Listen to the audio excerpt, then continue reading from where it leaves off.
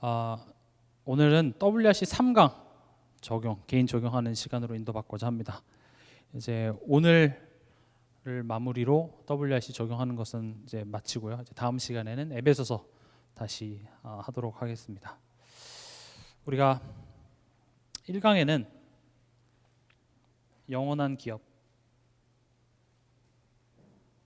결국 나를 살린 힘이었습니다. 어디서 나를 살리는 힘이 나오냐? 하나님을 우리가 알고 누릴 때, 나에 대한 하나님의 마음이 확인될 때, 거기에서 우리 신앙생활에 힘이 나오는 겁니다. 이 강은요, 영원한 작품입니다.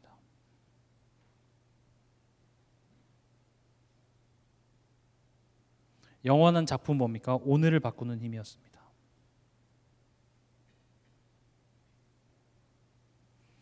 그래서 제가 그 비유를 들었죠. 내가 하나님의 캔버스고 하나님이 그 그림을 그리시는 작가.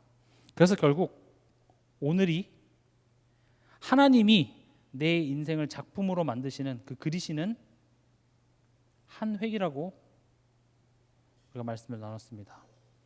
그래서 그 그림을 그리시는 하나님의 나를 향한 뜻을 알 때, 우리에게서 오늘은 그냥 또 자고 일어나니까 다가오는 오늘이 아니라 하나님이 지금 나를 완성해 가시는 그 오늘을 허락하셨구나. 그래서 똑같은 오늘이지만 오늘이 달라지는 겁니다. 오늘은 3강입니다. 영원한 유산, 나의 땅끝.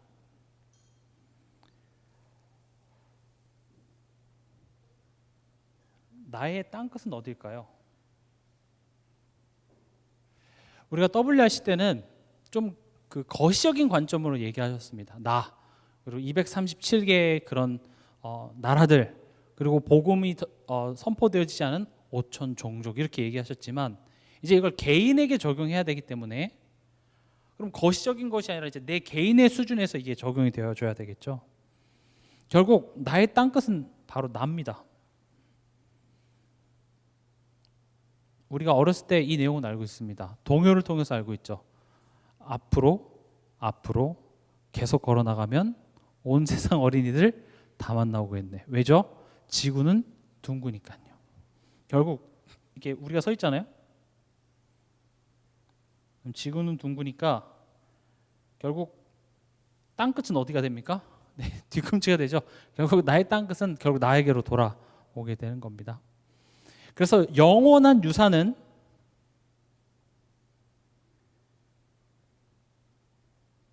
바로 증인이 된 나, 이겁니다. 이게 3강입니다. 하나님께서는 나를 이 땅의 영원한 유산으로 남기셨습니다. 근데 지금 이 내 모습 가지고는 그 유산이 될 수 없죠. 그래서 하나님께서는 나를 증인으로 세우시겠답니다. 결국 나의 땅끝은 나예요. 예수님께서 십자가에서 부활하시고 40일 동안 하나님 나라의 일을 말씀하셨습니다. 결국 나에게 행하실 하나님 나라의 일, 우리가 자꾸 하나님 나라 일에 대해서 너무 복잡하게 생각할 필요 없습니다. 하나님께서 지금 내 삶 속에 찾아오셔서 내 삶을 통해서 하나님이 지금 어디로 데리고 가고자 하는가, 그게 하나님 나라의 일이에요. 그러면 간단하죠. 죄인된 내게 찾아오셔서 나를 의인 삼아주시는 일을 하시는 거겠죠. 오늘 강단 말씀에서도 왜 인간은 하나님을 만날 수 없습니까? 인간이 하나님께 갈 수 없어요. 하나님께서 내게 오셔야만 해요. 우리 인간은 스스로 하나님께 갈 수 없어요. 스스로 갈 수 있으면 그건 죽었다고 표현하지 않아요. 우리는 하나님께 갈 수 없습니다. 하나님께서 우리에게 찾아오셔야만 했습니다. 찾아오셔서 죄인된 우리를 의인으로 삼으시고 또 우리를 자녀라 부르시며 이젠 우리를 증인으로 만들어내시겠답니다. 이게 하나님이 하고자 하는 일이에요. 예수님이 40일 동안 제자들 데리고 내가 지금 이 땅에 온 것은 죄인된 너희를 구원하기 위해서 내가 십자가를 졌고 부활했고 이젠 성령이 몇 날이 못 되어 너에게 왔을 때 이젠 겨우 죄인이 아닌 정도가 아니라 하나님의 자녀로서 증인으로서 너를 땅끝까지 세울 거야. 너를 통하여서 전 세계에 하나님의 살아계심을 나타내게 할 거야. 그게 하나님 나라의 일을 설명한 거예요. 그러면 지금 이 과정 속에서 의인 자녀 삼아 주신 내가 증인되는 이 과정 속에서 무슨 일이 일어나냐? 여기서 이제 생명의 열매들이 일어나는 겁니다. 우리 지금 이 중간에 살아가고 있죠. 그래서 그런 비유 있잖아요. 화분에 물 주는 물통이 있었는데 물통이 구멍이 숭숭숭 다 뚫린 거예요. 그래서 그 물 주는 물통으로서 제 기능을 할 수가 없어요. 근데 그 물통이 누구 손에 들렸습니까? 어떤 농부 손에 딱 들린 거예요. 그 손에 들렸어도 여전히 물을 담으면 가다가 그냥 줄줄줄 다 새는 거예요. 쓸모없고 기능을 발휘할 수 없죠. 근데요, 그 농부의 손에 들려서 계속 왔다 갔다 여전히 나는 못하는 것 같은데 뒤를 돌아보니까 그 길에 꽃이 쫙 피어 있는 거예요. 나의 연약함으로 인해서 나왔던 그런 물들, 그 길에 꽃길이 쫙 펼쳐져 있는 것이죠. 마치 이와 같습니다. 우리가 뭔가 대단하게 실력을 갖추고 대단한 사람이 돼서 세계복음을 이루는 것이 아니라 그냥 부족한 우리 인생을 하나님이 그냥 붙잡아서 쓰시는 거예요. 오히려 나의 연약함을 통하여서 하나님의 능력이, 예수 그리스도의 능력이 내 삶 속에 전달되어지는 그 도구로 우리가 쓰임 받는 것입니다. 하나님 나라의 일은 그거예요.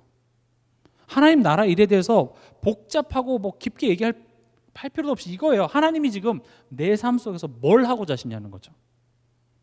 하나님 나라는 뭐라 그랬죠? 하나님의 통치와 주권이에요. 하나님이 지금 주권적으로 나를 택하시고 뭘 하시겠다고요? 나를 구원하시겠다고요. 그럼 왜 자녀 삼았죠? 이 땅에서 그냥 이렇게 편하게 잘 살라고요? 아닙니다. 하나님이 원하시는 한 사람으로, 증인으로 만드는 과정 속에서 내 삶 속에 예수의 향기들이 흘러넘쳐서 그것을 가지고 전 세계를 살리시겠다라는 것이죠. 그게 하나님 나라의 일입니다. 이따 뒤에서도 말씀드리겠지만 근데 제자들은 그거 못 알아들었어요. 40일 동안 너네 이렇게 증인 될 거야, 그런 얘기하는데 뭐라고 대답합니까? 이스라엘 나라 언제 회복해 주실 거예요? 드디어 이제 우리나라 회복하는 겁니까? 그렇게 얘기하고 있어요. 그냥 하나님 나라의 일이 뭔지를 몰랐다니까요. 그럼 오늘 본론으로 바로 들어갈게요. 본론은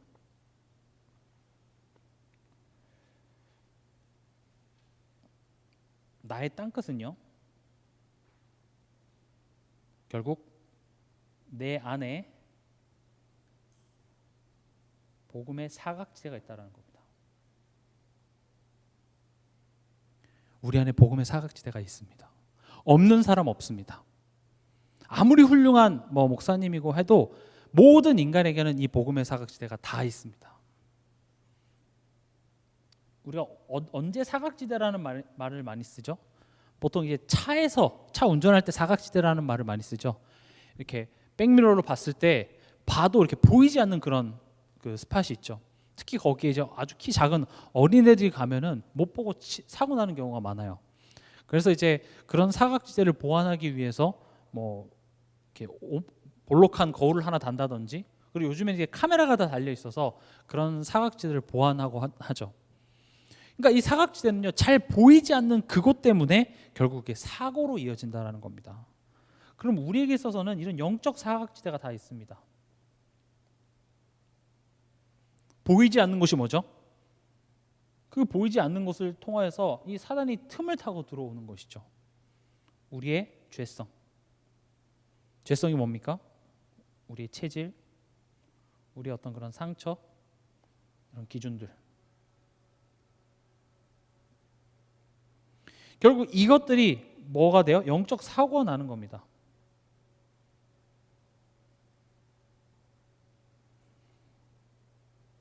그러니까 우리 안에 그런 영적 사각지대가 있어요.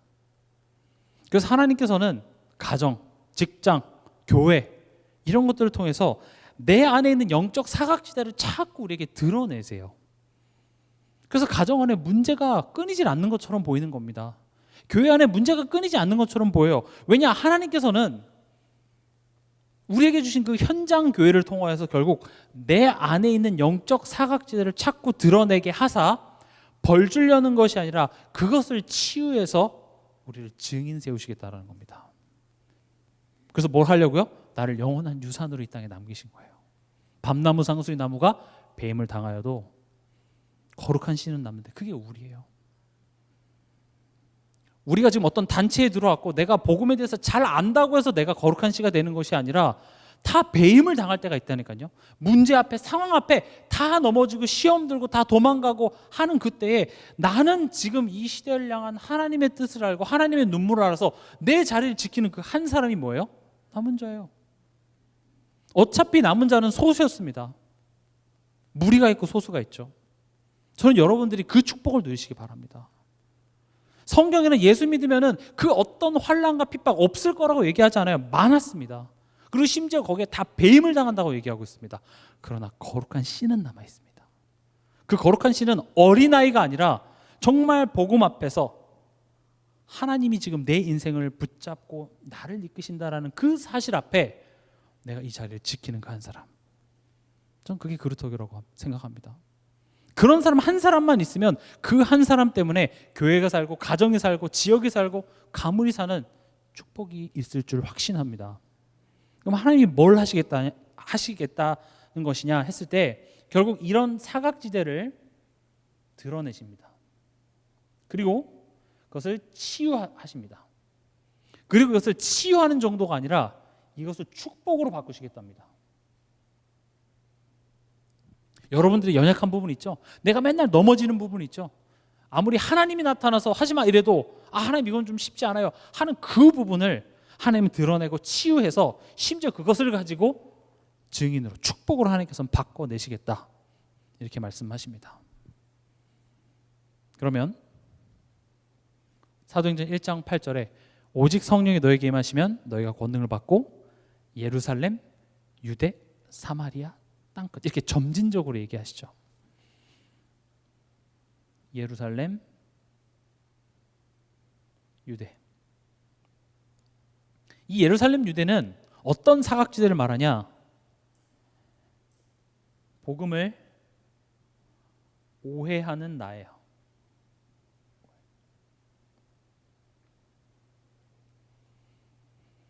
복음을 오해한다는 것은 결국 하나님을 오해한다는 말 같습니다. 지금 제가 왜 이렇게 얘기를 하냐? 아까 제가 앞서 설명드렸다시피 예수님이 드디어 이제 승천하시기 전에 너희는 몇 날이면 어때요? 아버지께서 약속하신 성령을 기다리라 이렇게 얘기하니까 이제 드디어 이스라엘 나라를 로마 속국으로부터 해방하시는 겁니까? 이렇게 얘기하는 거죠. 지금 그게 뭐냐면 진짜 예수님 이제 본격적으로 역사하시는 겁니까? 그래 십자가의 고난도 받았고 그런 힘든 역경을 겪었으니까 이제 예수님 드디어 그리스도 일을 하시는 겁니까? 지금 그렇게 얘기하는 거죠. 예수님은 십자가 때문에 왔어요. 십자가가 메인이었어요. 근데 제자들의 입장은 뭐였습니까? 이제 십자가 힘든 서로는 끝났고 이제 본격적으로 하나님 저 로마 정권도 무너뜨리고 우리 이스라엘 나라를 세계 최고의 나라로 이제 만들어 주시는 겁니까? 그 좀 뭘 한 거예요? 복음을 오해한 거예요. 우리가 넘어서야 될 것은 예루살렘 유대입니다. 내가 지금까지 종교 생활해 왔고 내가 지금까지 지식으로만 알고 있었던 그 복음의 기준이 굉장히 하나님을 오해하고 있었기 때문에 우리 삶에 복음의 열매들이 가득하지 못한 것이죠. 십자가는 예수님이 억울하게 당한 사건이 아니라 바로 이 십자가 자체가 목적이었죠. 예수님은 왜 오셨습니까? 요한일서 3장 8절에 하나님의 아들이 나타나신 것은 마귀의 일을 멸하려 하심이라. 어떻게 멸하셨습니까? 히브리서 2장 14절에 보면 죽음을 통하여 죽음의 권세 잡은 자 마귀를 멸하셨습니다. 예수님은 십자가 지러 오셨습니다. 마태복음 20장 28절에 보면 예수님은 섬김을 받으러 온 것이 아니라 오히려 우리의 대속물이 되어주시기 위해서 오셨습니다. 십자가가 목적이었습니다. 우리는 정말 십자가에서 나를 구원하시기 위해서 오신 예수를 믿습니까? 아니면 예수님이 내 삶을 좀 편하게 해주세요 그 신을 믿습니까? 하나님을 잘 섬기고 예수님 잘 섬겨서 복 받기 위해서 믿습니까? 아니면 내가 죄인이고 사단에게 종되어서 예수님의 구원 아니면 답 없는 나임이 믿어져서 난 예수님을 의지합니까? 아마 전자일 경우가 많습니다. 머리로는 알죠. 내가 죄인이라는 사실은 알죠. 그러나 실제로 우리 삶 속에서 복 달라 이거예요. 그 십자가 좋아요. 죽어서 내가 천국 가는 거 감사합니다. 그러니 지금 하나님 내가 최선을 다할 테니 복 주세요. 기쁜 일 좀 주세요. 너무 극단적으로 제가 얘기하는 것 같습니까? 그럼 반대로 내 삶 속에서, 내 가정 안에서, 직장에서, 교회 안에서 내 마음대로 뭔가 상황이 흘러가지 않으면 우리 분노하잖아요. 화나잖아요. 당황하잖아요. 짜증내잖아요. 행복할 이유가 없어지잖아요. 그것 자체가 사실은 나는 예수님을 십자가를 지시기 위해서 오신 예수가 아니라 그냥 열심히 내가 믿으면 복 주시는 그런 하나의 신쯤으로 나는 믿고 있다는 게 그런 사건을 통해서 드러나는 거예요. 그러니까 우리가 이런 종교생활 얘기할 때 우리 교회 말고 다른 교회, 뭐 기존교회라고 우리 흔히 얘기하죠. 걔네 손가락질 하지 마시고요. 나예요, 그게 다. 우리 모두에게는 그런 종교성이 다 있어요. 지금 이 말하는 저에게도 해당되고 우리 모두에게 다 해당돼요. 그래서 오늘 포인트는 그래서 성령께서 우리를 깨닫게 해주셔야 돼요. 지켜주셔야 돼요. 우린 종교생활하기 쉽거든요. 출애굽해서 그 엄청난 기적을 보여줬음에도 불구하고 상황이 내가 예상한 대로 흘러가지 않으니까 뭘 합니까? 금송아지를 만드는 게 우리 인간의 본질이에요. 본성이고요. 광야의 그 이스라엘 백성들의 모습이 내 모습입니다. 우리 모습이에요. 예수님은요, 십자가에서 내가 곧 길이요 진리요 생명이니 나로 말미암지 않고는 아버지께로 올 자가 없느니라. 하나님과 막힌 담을 허시고 하나님과 소통되게 하기 위해서 예수님이 오셨어요. 그럼 우리가 하나님 만나 행복이 있습니다 하면은 어떻게 많이 생각하냐면 그래 나 하나님 만났어 이렇게 생각하죠. 맞아요. 우린 신본적으로 하나님과 이렇게 회복된 관계예요. 그러나 여러분들이 화가 날 때 어때요? 여러분들이 짜증날 때 어때요? 여러분들이 현실을 바라볼 때 어때요? 그 생각 속에, 그 마음 속에 하나님이 계십니까? 물론 계시죠. 그러나 내 생각밖에 없습니다. 과거의 상처밖에 없습니다. 이래서 되냐? 현실적인 이야기밖에 없어요. 지금 이 상황을 허락하신 하나님과 하나님께서 이 사건을 통해서 내게 무슨 말씀을 하시는지 하나님은 없어요. 그래서 불행한 거예요. 우리가 행복이신 하나님 안에 들어와 있음에도 불구하고 그게 행복인지 모르기 때문에 행복 안에 있으면서도 불행한 거예요. 그러니까 왜 인간은 행복이 없는가? 그런 이야기가 불신자들한테만 해당되는 이야기, 기초 메시지네. 그렇게 생각하는 순간 나는 지금 복음을 오해하고 있어요. 나를 위한 복음입니다. 은혜로 구원을 받았으나 실제로 우리 삶 속에는 하나님 없음 상태 속에 우리는 계속 놓여지게 돼요. 그걸 보고 뭐라고 합니까? 죄라 불러요.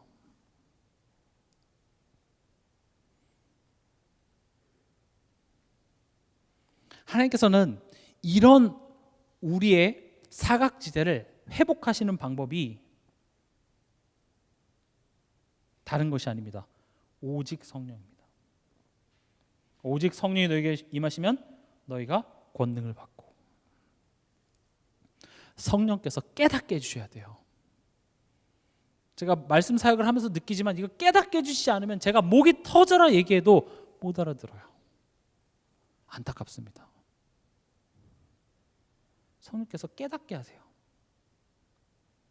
뭘 깨닫게 하시냐? 다른 걸 깨닫는 게 아닙니다. 바로 내가 죄인임을 깨닫게 해요. 성령께서는 네가 죄인이야 이걸 깨닫게 하세요. 그걸 예수님 뭐라고 말씀하셨습니까? 회개하라 이렇게 얘기한 거예요. 우린 다른 사람한테 회개하라 얘기하기 전에 내가 죄인임을 먼저 깨달아야 합니다. 왜냐?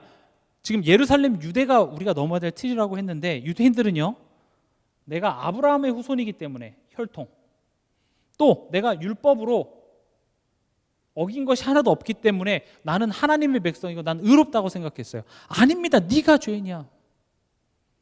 예수님이 오셔서 계속 공생애 때 하신 일이 뭐죠?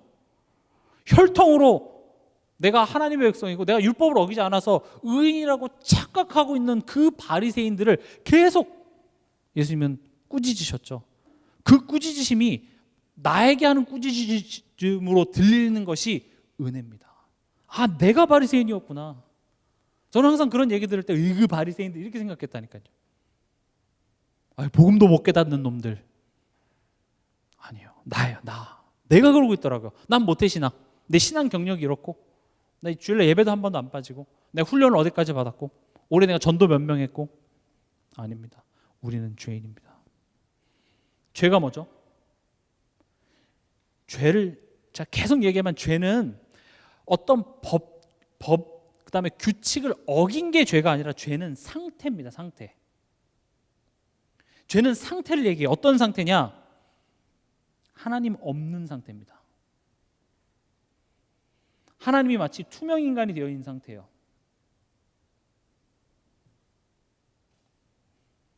이게 죄예요. 사단은 와서 우리한테 비도덕적인 행동을 하라고 지시하지 않고 하나님을 오해하게 만들어서 그 순간에 하나님이 없는 상태로 만들어요. 하나님은 무소부지하시기 때문에 하나님이 안 계신 곳이 없으나 지금 내 마음속에, 내 생각 속에 하나님은 없어요. 지금 내 자녀의 모습을 보면서 사단이 자녀한테 고함치라고 속이지 않아요. 자녀를 때려 이렇게 하지 않는다니까요. 내 마음속에 사단이 하나님 없는 상태로 만들어요. 지금 하나님이 내 자녀에게 대하여서 그 어떤 계획도 없고 하나님은 지금 아무것도 해줄 수 있는 게 없어라는 생각이 들어왔기 때문에 그럼 하나님이 해줄 게 없으면 뭘 해야 되죠? 내가 고함 질러야 되죠. 내 목소리가 높아져야 되죠. 내 직장을 바라보며 교회를 바라보며 하나님은 없잖아요. 하나님 무능력하시잖아요. 하나님 아무것도 안 하시잖아요. 그럼 뭘 해야 돼요? 내가 고함을 질러야 돼요. 내가 싸워야죠. 내가 따져야죠. 그러니까 그게 하나님 없는 상태.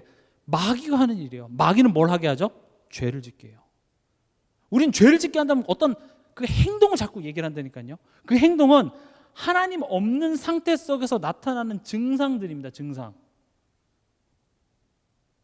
그런 증상이 올바른 게 아니기 때문에 성경 그걸 얘기하는 거예요. 왜냐? 사단이 우리 마음속에 그런 생각을 집어넣었다는 걸 우리는 인지할 수가 없어요.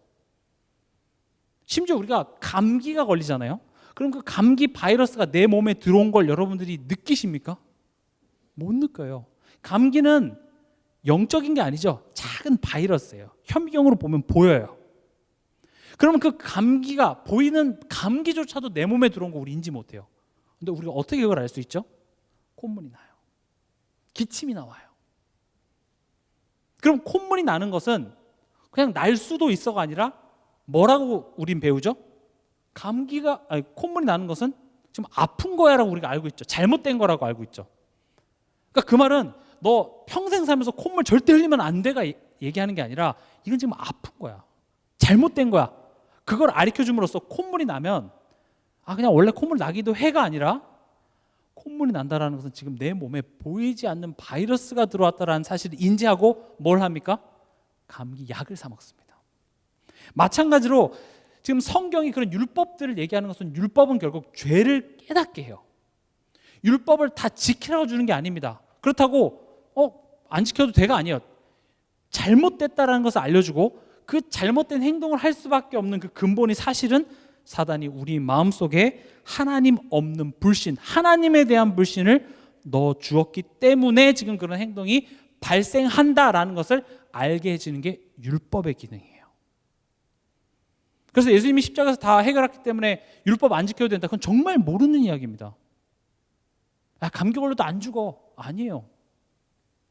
그리고 율법 하나라도 안 지키면 지옥 간다? 아니에요. 우린 다 지킬 수가 없어요. 그러나 율법이 하는 일이 실제적으로 눈에 보이지 않는 사단이 우리 마음과 생각을 틈타고 역사하고 있음을 인지하는 방법이 하지 말라고 잘못된 증상들을 얘기해 줌으로써 지금 내 마음이 사단에게 속고 있네 이렇게 되는 거죠. 성경이 왜 염려하지 말라고 했습니까?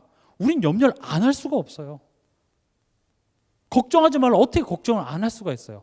그런데 내가 염려가 들고 걱정이 될 때 정말 내 건강한 영적 상태라면 뭘 하겠어요?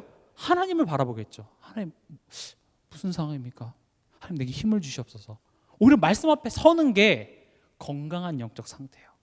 그런데 그런 상황 속에 원망과 불평과 짜증과 오히려 체념과 낙심 그런 것들이 계속된다면 지금 내 영적 상태가 어떻게 진단이 되는 거예요?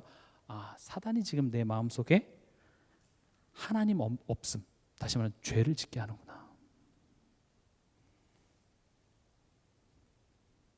여러분 이걸 정말 안다면 우리 모두 죄인입니다. 하나님이 의롭다 여겨주시는 것뿐이지 우리는 매 순간 이번 한 주간 여러분 하나님과 함께하는 순간이 많을까요? 하나님 없는 순간이 많을까요? 물론 하나님 우리와 함께 하십니다. 내 안에 내주하시지만 지금 내 마음과 생각을 주장하시는 그 하나님이 내가 인지될 때가 많을까요? 내 뜻대로 할 때가 많을까요? 아마 후자가 더 많을 겁니다. 그럼 우린 죄인이에요. 내가 죄인임을 진짜 알아야 뭐가 깨달아지는 겁니까? 이 십자가의 이유와 의미가 깨달아지는 겁니다. 아, 그래서 예수님이 십자가에서 마귀를 멸하셔야만 했구나. 그래서 예수님이 십자가에서 죽으셔야만 했구나. 오직 복음 돼야 됩니다. 그 문장은 너무 약해요. 그 세일즈로 유명한 사람이 있어요. 그 사람이 나와서 이 펜을 나한테 한번 팔아보시죠. 이렇게 얘기를 한 거예요. 그러니까 사람들이 나와서 이 펜은 엄청 잘 써지고 뭐 디자인도 이쁘고 뭐 이 펜이 얼마나 좋은지에 대해서 자꾸 설명을 하는 거예요. 그러던 어떤 한 사람이 나와서 혹시 사인 좀 해주시겠어요? 나 펜이 없는데요. 이 펜 사세요. 이렇게 얘기를 한 거예요. 다시 말하면 그 최고의 세일즈는 뭐냐? 고객의 니즈를 만들어내는 거예요. 그 필요성을 만들어내니까 사게 되겠죠. 아무리 좋아도 그게 내게 필요 없으면요 의미가 없어요. 그렇죠? 예를 들어서 제가 뭐 TV를 보는데 아주 이쁜 여자 드레스, 아기 여자 드레스를 자꾸 저한테 보여줘. 그게 아무리 이뻐도 저랑 상관없어요. 그렇죠? 뭐 제가 그걸 입겠습니까? 뭐 어떻게 하겠습니까? 근데 만약에 그 주간에 뭐 제 친구의 뭐 딸이 뭐 돌잔치라든지 생일잔치가 있다. 그럼 갑자기 필요가 생기니까 그게 좀 보이겠죠. 마찬가지로 오직 복음 돼야 됩니다. 그렇게 얘기하는 게 그걸 강조한다고 해서 오직 복음이 되지 않아요. 뭐가 있어야 돼요? 필요성이 깨달아져야 돼요. 아, 내가 죄인이구나. 난 예수 아니면 안 되는 내 자신이 깨달아져야 그제서 예수를 붙잡게 돼요. 근데 우린 그렇게 안 하죠. 그냥 오직 예수! 고함만 질러요. 목만 아프죠. 실제로 붙잡지도 않고요. 왜 필요한지도 모르고요. 그래서 성령께서 깨닫게 하시는 겁니다. 뭘요? 죄인임을요. 죄를 깨닫게 하세요. 정말 죄를 우린 안다면 우린 매 예배 시간마다 하나님께 회개할 수밖에 없어요. 회개는 뭡니까? 내가 이거 잘못했고 저거 잘못했고 이번에 뭐 염려를 몇 번 했고 그걸 나열하면서 용서를 구하는 게 회개가 아니라 하나님께 돌아가야 되겠구나. 하나님께 돌아가자. 이게 회개예요. 내가 지금 이 현실의 문제 앞에서 막 저 사람과 막 신경전하고 있는데 아니야, 내가 좀 속고 있는데 나 하나님께 돌아가자요. 누가 잘했다 못했다 이거 따지는 게 아니라 내가 하나님께 돌아가자입니다. 100번 1000번 저 사람이 틀리고 내가 맞아도 나는 하나님께 돌아가야 돼요. 그게 미스바 운동이었어요. 너희는 우상신을 다 버리고 여호와 앞에 돌아오라. 우리 안에 미스바 운동이 계속 일어나야 돼요. 그게 예루살렘, 유대 이렇게 되는 거예요. 그거 넘을 때까지 하나님은 여러분 절대 포기하지 않으실 겁니다. 그냥 내버려뒀으면 좋겠죠. 근데 하나님 여러분 포기 안 해요. 그걸 내버려둘 거면 여러분 그렇게 힘들게 구원하지도 않았어요. 하나님이 내가 너를 내 자녀 삼았다라는 말은 무책임한 말이 아닙니다. 내가 끝까지 책임질 거야. 내 눈에 흙이 들어가도 나는 너가 죄의 종로를 타고 사단의 종로를 하는 꼴 난 볼 수 없어. 내 매를 들어서라도 네가 가장 좋아하는 것을 내가 뺏어가서라도 나는 다시 옛날에 그 모습으로 돌아가게 하는 거 난 볼 수 없어. 우린 그걸 뭐라고 부릅니까? 사랑이라고 부릅니다. 집착 아니에요. 사랑이에요. 그래서 여러분들에게 환난은 대부분 그런 거예요. 내가 원하는 거 하나님 안 주는 거예요. 뺏어가는 거예요. 근데 하나님 모르시지 않습니다. 여러분들의 필요를 아십니다. 여러분들이 뭐 때문에 지금 가슴 아파하고 눈물 흘리는지 하나님 아십니다. 그러나 이방인들이나 그런 거 달라고 하지 내가 너의 부모잖아. 난 모르지 않아. 거긴 이유가 있어. 그게 뭡니까? 나의 예루살렘 유대를 뛰어넘으라는 겁니다. 사마리아입니다. 이스라엘 백성들에게 있어서 특히 유대 민족에게 있어서 사마리아는 굉장히 아픈 과거의 상처입니다. 또 갈등이죠. 그 역사적으로 유대 민족과 사마리아 민족 사이는 그 오래된 갈등이 있었습니다. 우리에게서는 이게 뭡니까? 인간관계죠.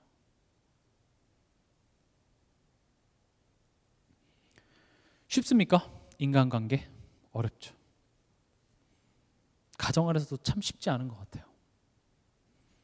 제가 한 번은 어떤 그 남자 집사님이 이렇게 부인 때문에 힘들어하시길래 제가 이런 이야기를 하니까 되게 위로를 받으시더라고요. 그 사단이 하나님께 찾아가서 욥을 시험하게 해달라고 하잖아요. 사단이 건강도 빼앗아가고 자녀도 죽이고 돈도 없애고, 근데 아내는 안 죽여요. 사단도 아는 거예요. 그게 제일 힘든 거. 그래서 그 아내가 끝까지 바가지를 긁고 가요. 그걸 보면서 그 집사님이 사단 진짜 악랄하다. 아내는 안 죽이더라고요, 사단이. 그게 제일 고통스럽다는 걸 아는 거죠. 거기에 되게 위로받으시더라고요. 축복으로 주신 사실 가정이에요. 근데 인간관계가 너무 힘들어요. 나는 분명 언약 안에서 결혼을 했고 말씀 붙잡고 했는데 이 인간관계가 쉽지가 않더라는 거죠. 그러나 이 인간관계를 통해서 하나님은 뭘 하고자 하냐? 하나님과의 관계 회복을 하시기 원합니다. 요셉에게 하나님께서는 요셉의 형들을 허락하셨습니다. 한나에겐 분인날을 허락하셨습니다. 야곱에겐 롯이 있었고요. 야곱에겐 에서가 있었습니다. 참 원수와 같죠. 다윗에겐 누가 있었어요? 사울이 있었어요. 그럼 꼭 인생에서 악역을 하는 사람이 꼭 있어서 진짜 저 사람만 없었으면 내가 진짜 너무 그냥 내 하나님 잘 믿을 것 같은데, 그렇죠? 원래 신앙생활은요 혼자면 쉬워요. 내 방에서 아무도 안 만나고 나 혼자 하나님 바라보고 살면 신앙생활 진짜 쉬울 것 같잖아요. 뭐가 힘들어요? 인간관계 힘들어요. 근데 그 인간관계 또한도 사단은 자꾸 어떻게 얘기하냐면 지금 하나님이 실수하신 것처럼 우리는 여긴다니까요. 지금 내 자녀를 바라보면서, 내 남편, 내 아내를 바라보면서 내가 그때 과거에 한 실수로 여기게 해요. 하나님 무능력하게 만들어요. 그래서 어떻게 합니까? 뭐 어떡하겠어요? 이혼 못하면 뭘 해야 돼요? 체념하고 그냥 그렇게 살아야죠. 아닙니다. 하나님이 이것을 통하여서 하나님과 나와의 관계 회복을 하신다는 것이죠. 사도행전 8장 1절에서 8절에 보면 어떤 일이 벌어집니까? 스데반의 환란이 벌어집니다. 근데 보세요. 스데반의 환란이 일어났어요. 왜 스데반이 순교했죠? 복음 전하다가요. 그럼 복음 전하다가 순교했으면 사람들은 어떻게 해야 돼요? 움츠러들고 복음을 그만 말해야 되겠다, 이렇게 돼야 되는데 오히려 흩어져서 복음을 전하고, 심지어 빌립 집사는 그 앙숙과 같았던, 아무리 가까운 길도 사마리아를 통과하지 않고 돌아서 가는 것이 유대인들입니다. 근데 그 사마리아의 복음을 전한다? 이 환란이 결국은 하나님의 마음이 내 안에 전달된 거예요. 우리 한나를 통해서 잘 알 수 있죠. 그 불인나가 나를 격분하게 하고 이 모든 세상이 나를 힘들게 하는 것처럼 보이는 그 상황 속에 오히려 그 환란이 그 시대를 향한 하나님의 마음을 내게 전달시켜 주셨어요.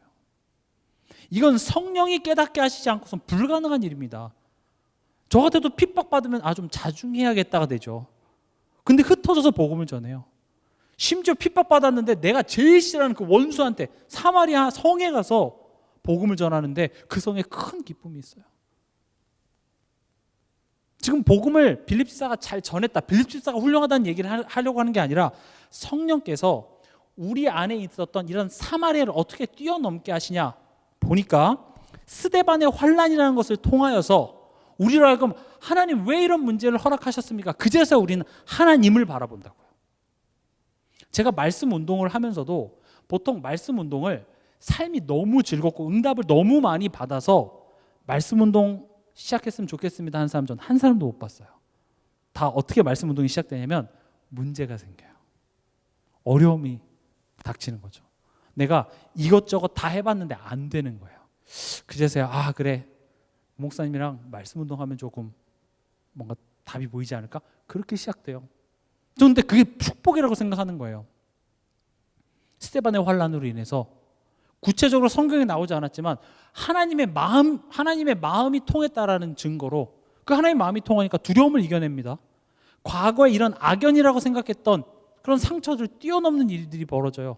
어떻게 환란이 왔는데 흩어진 곳에서 복음을 전합니까? 어떻게 환란이 왔는데 내가 제일 증오하는 그 사람한테 가서 복음을 전하게 됩니까? 이건 인간이 하는 게 아닙니다.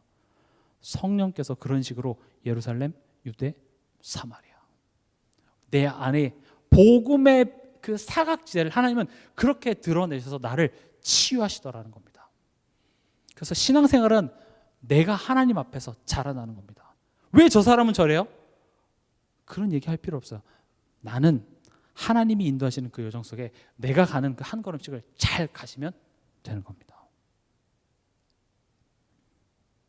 땅끝입니다. 이 땅끝은 다른 게 아니라 절대 안 바뀌는 납니다. 절대 안 바뀌는 거였어요. 우리의 고정관념, 우리의 신념, 좋게 말해서 신념이지 고집입니다. 다 있어요. 우리보다 최씨 고집보다 더 고집 센 사람이 베시라고, 베드로라고 있습니다. 베시. 베드로는요 예수님의 수제자였고 예수님의 죽으심과 부활을 받고 심지어 승천하고 성령의 역사를 체험했으며 안진뱅이도 일으키고 굉장한 기적과 성령의 역사를 체험했음에도 불구하고 사도행전 10장에 보면 어떤 일이 벌어집니까? 하나님이 심지어 환상 가운데 보자기를 내려서 부정한 음식 먹으라고 하나님이 얘기하시는데 하나님 이건 아니죠. 절대 안 되는 거예요. 이거는. 그 부정하다고 누가 정한 거예요? 하나님이 정했어요. 마가다락방에서 결론 난 베드로예요. 오직 예수한 베드로예요. 근데 지금 이거 사도행전 10장에서 이렇게 나오잖아요.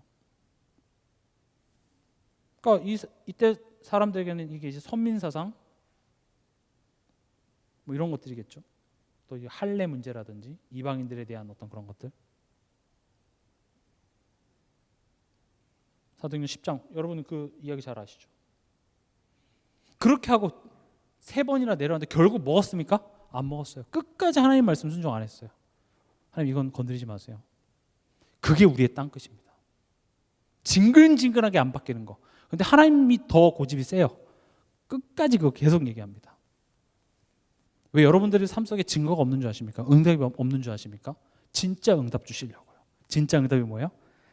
나의 절대 안 바뀌는 그 여리고성과 같은 나의 고집이 무너지는 거예요. 그게 도움도 되지 않아요. 내가 의지했던 나의 우상이 무너지는 거예요. 그걸 딱 놓는 순간 하나님께서는 그 손에 시대적인 축복을 부어주려고 지금 준비하고 계신데 내가 그걸 놓지 못하고 있다고요. 우리에게 그게 보여져야 돼요. 성령의 역사입니다. 성령께서 보여주셔야 돼요. 보여주셔도 이거 내가 안 놔줘요. 그래서 하나님은 어떻게 하십니까? 고넬료 집으로 보냅니다. 우리 찾아볼까요? 사도행전 10장 44절에서 48절 한번 읽어볼까요?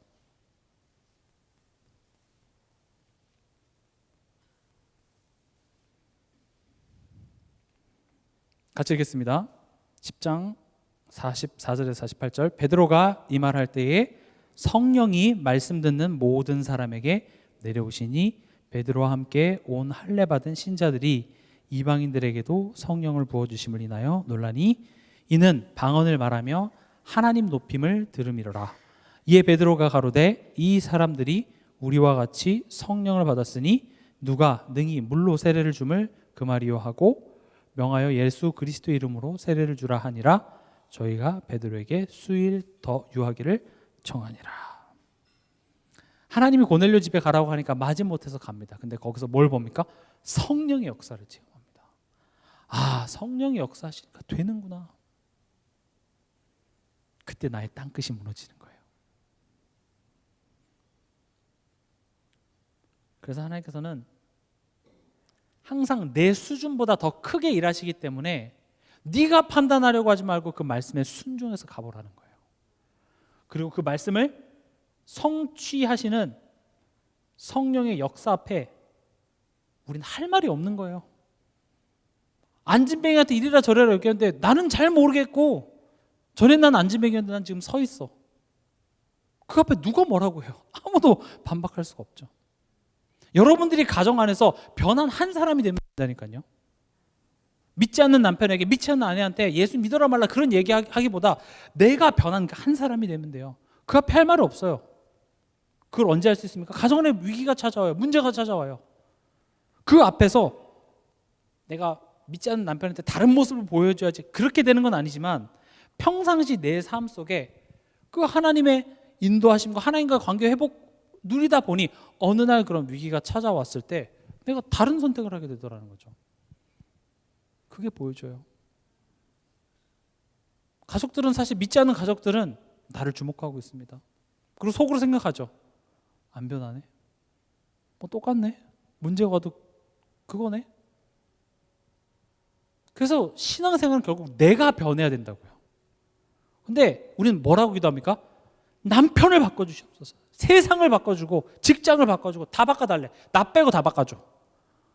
왜냐면 내가 옳으니까요. 내가 맞으니까요. 물론 바꿔주셔야 합니다. 그런데 성경은 지금 내게 전하시는 하나님의 기쁜 소식이에요. 여러분들 보고 뭘 하라는 게 아니라 내가 십자가에서 이룬 그 기쁜 소식을 여러분들에게 지금 전달해 주는 거라고요. 그럼 그것을 듣고 내가 기뻐하면 돼요. 그럼 그 기뻐하는 모습을 보면서 너 왜 이렇게 기뻐? 이게 전도예요. 이게 복음이에요. 근데 나는 기쁘진 않아. 표정이 이렇게 찡그러져 있으면서 니도 믿어야 된다면서 니 사단에게 속고 있는 거라면서 서로 그렇게 지적을 하고 있어요. 그러면 안 돼요. 우리는 옳은 말 하는 건 되게 쉽고 편하고 좋습니다. 그러나 그것을 내게 주시는 말씀으로 받는 것은 성령의 역사 아니면 절대 안 됩니다. 그래서 여러분들 기도하셔야 돼요. 이따 뒤에서도 말씀드리겠지만 성령께서 내게 주시는 말씀으로 깨닫게 하여 주시옵소서. 강단 말씀 들으실 때도 내게 주시는 하나님의 음성으로 들려지게 하여 주시옵소서. 여러분들이 쓰면 됩니다. 저도 한때 여러 가지 교단이나 여러 가지 문제 앞에서 불평도 많고 막막하기도 하고 내가 지금 시간 낭비하고 있는 거 아닌가 이런 생각이 들기도 했어요. 비판도 많이 되고요. 근데 제 마음속에 성령께서 깨달음을 주셨어요. 너는 너가 할 일을 하라는 거예요. 너는 내가 허락한 현장에서 복음을 말해. 성경을 뜻을 풀어서 예수 그리스도에 대한 이 복음의 내용을 더 풍성히 얘기해. 낙심하고 있고 병들어가고 있고 시험에 든 자 찾아가서 오히려 더 복음의 내용을 더 풍성하게 전해. 그래, 그럼 난 그거 해야지. 하나님, 나는 이걸 바꿀 수 없어. 이 현실을 바꿀 수 없어요. 그러나 하나님이 내게 허락하신 이 하루에 대해서 그러면 하나님 힘주세요. 내가 그거 할게요. 그겁니다. 그러다 보면 바뀌어 있어요. 안 바뀌어도 상관없어요. 나는 어차피 하나님의 주권 속에서 나는 그 허락하신 여정 가기 때문에 그렇습니다. 그래서 여러분들이 여러분들의 가정, 직장, 교회, 현실 보면서 뭐가 잘못됐고 그런 얘기보다 내 할 일을 하시면 돼요. 그럼 그 나 한 사람을 통하여서 전체가 바뀌는 역사가 있을 줄 믿습니다. 그래서 오직 성령입니다. 오직 성령이 너에게 임하시면 너희가 권능을 받고.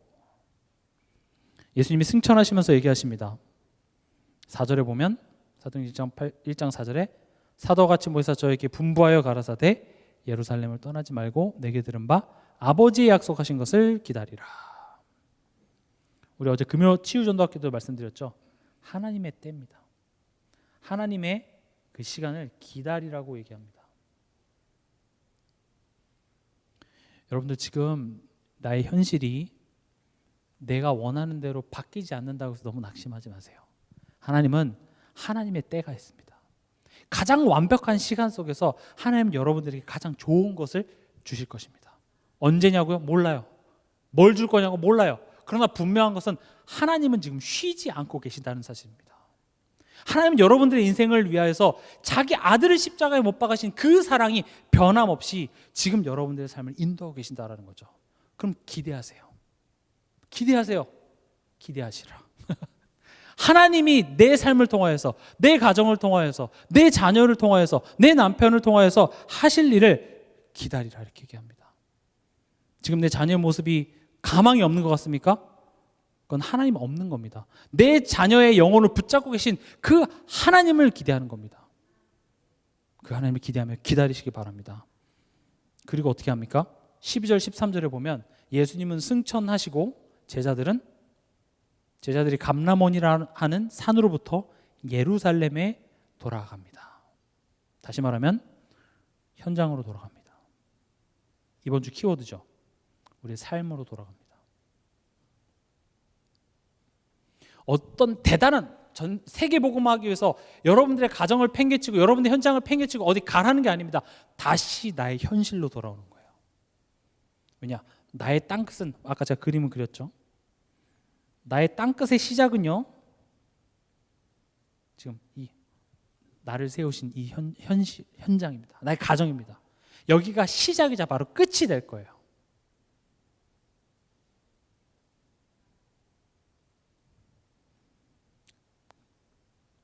그래서 초대교회 성도들은 그것을 그 감람산에서 기도원에서 기다린 게 아니라 내 현장으로 돌아와서 내 삶 속에서 성령의 역사하시는 것을 기다린 것입니다. 그리고 어떻게 합니까? 14절을 보면 마음을 같이하여 기도합니다. 기도하기를 힘씁니다. 하나님의 역사하심을 기대하며 기도하시기 바랍니다.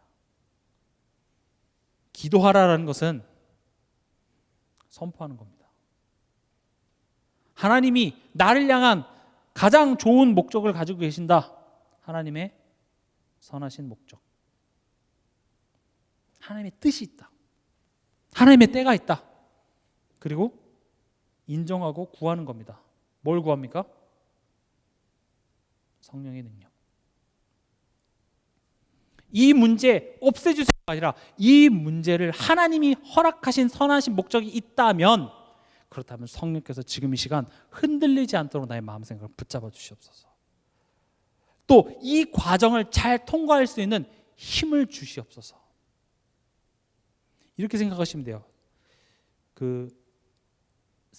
별을 이렇게 베잖아요. 별을 어떻게 그려야 되나? 별을 이렇게 베우면 그 컨베이어 벨트가 이렇게 있잖아요. 그럼 이렇게 스테이션들이 이렇게 있겠죠. 그럼 이 변은 아무것도 할 필요 없어요. 그 컨베이어 벨트에 딱 누워서 덜덜덜덜덜 지나가면 이렇게 털어지고 껍질이 벗겨지고 씻어져서 결국 마지막에 뭐가 됩니까? 딱 그 상품이 깨끗한 상품으로 딱 포장이 되어지죠. 이게 마치 우리의 삶과 같아요. 지금 이게 내 가정, 뭐 이게 또 내 자녀, 이게 또 내 어떤 경제 문제 이런 게 될 수 있어요. 그럼 그런 과정들을 탈탈탈탈 겪어 나가면서 하나님이 나를 연단하시는 거예요. 나의 불순물들이 제거되고, 지금 당장 괴로워요. 지금 뭘 하는 건가 떨리고, 물에 담가졌다가 빼졌다가 막 이런 과정을 통해서 결국 하나님이 만들어 놓은 내 인생의 시스템의 딱 그 끝에 가면 뭐가 돼요? 완성품이 딱 되는 거죠. 그러니까 우리 삶 속에 내 뜻대로 이루어지지 않을 때 선포라니까요. 지금 하나님의 이 전체적인 시스템 난 잘 모르겠지만 분명히 하나님은 반드시 나에게 가장 좋은 것으로 채우시고 세우실 거라는 그 하나님의 목적을 선포하고 어떻게 합니까? 성령 하나님의 능력을 구하는 거예요. 내 마음 흔들리지 않도록 하나님 붙잡아 주시옵소서. 그리고 힘 주시면 내가 가겠습니다. 문제 속으로 들어가겠습니다. 도망가지 않고 그 속으로 들어가겠습니다. 현장으로, 내 현실로 들어가서 하나님이 가라고 하신 그 길 묵묵히 가겠습니다. 힘을 더하여 주시옵소서. 누구 힘으로 가능하다고요? 오직 성령이 너에게 임하시면. 이거 잘못 알아들으면 막 방언하고 막 불받고 막 이런 성령의 능력만 자꾸 우리가 생각하는데 아닙니다. 오늘이라는 현실을 살아낼 수 있는 힘이 어디서 나와요? 성령입니다. 미래가 보이지 않는 현실을 바라보면서 기뻐할 수 있는 힘이 어디서 나옵니까? 성령에서 나옵니다.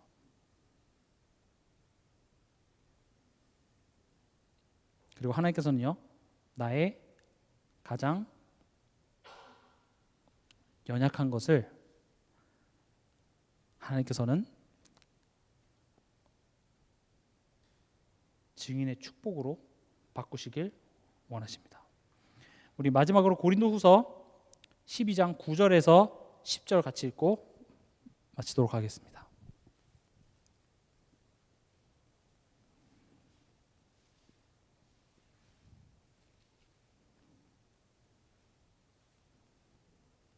고린도후서 12장 9절에서 10절 같이 읽겠습니다.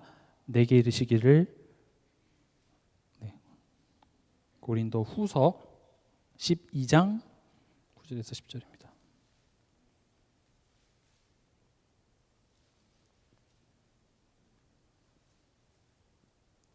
같이 읽으시면서 하나님, 이 고백이 나의 고백이 되게 하여 주시옵소서. 이번 한 주간도 이 말씀이 내 안에 내 삶에 성취되게 하여 주시옵소서. 아멘. 이렇게 고백하고 우리 합심으로 기도하겠습니다. 다 같이 읽겠습니다. 내게 이르시기를 내 은혜가 내게 족하도다. 이는 내 능력이 약한 데서 온전하여 짐이라 하신지라. 이러므로 도리어 크게 기뻐함으로 나의 여러 약한 것들에 대하여 자랑하리니 이는 그리스도의 능력으로 내게 머물게 하려 함이라. 그러므로 내가 그리스도를 위하여 약한 것들과 능욕과 궁핍과 핍박과 곤란을 기뻐하노니 이는 내가 약할 그때에 곧 강함이니라. 아멘.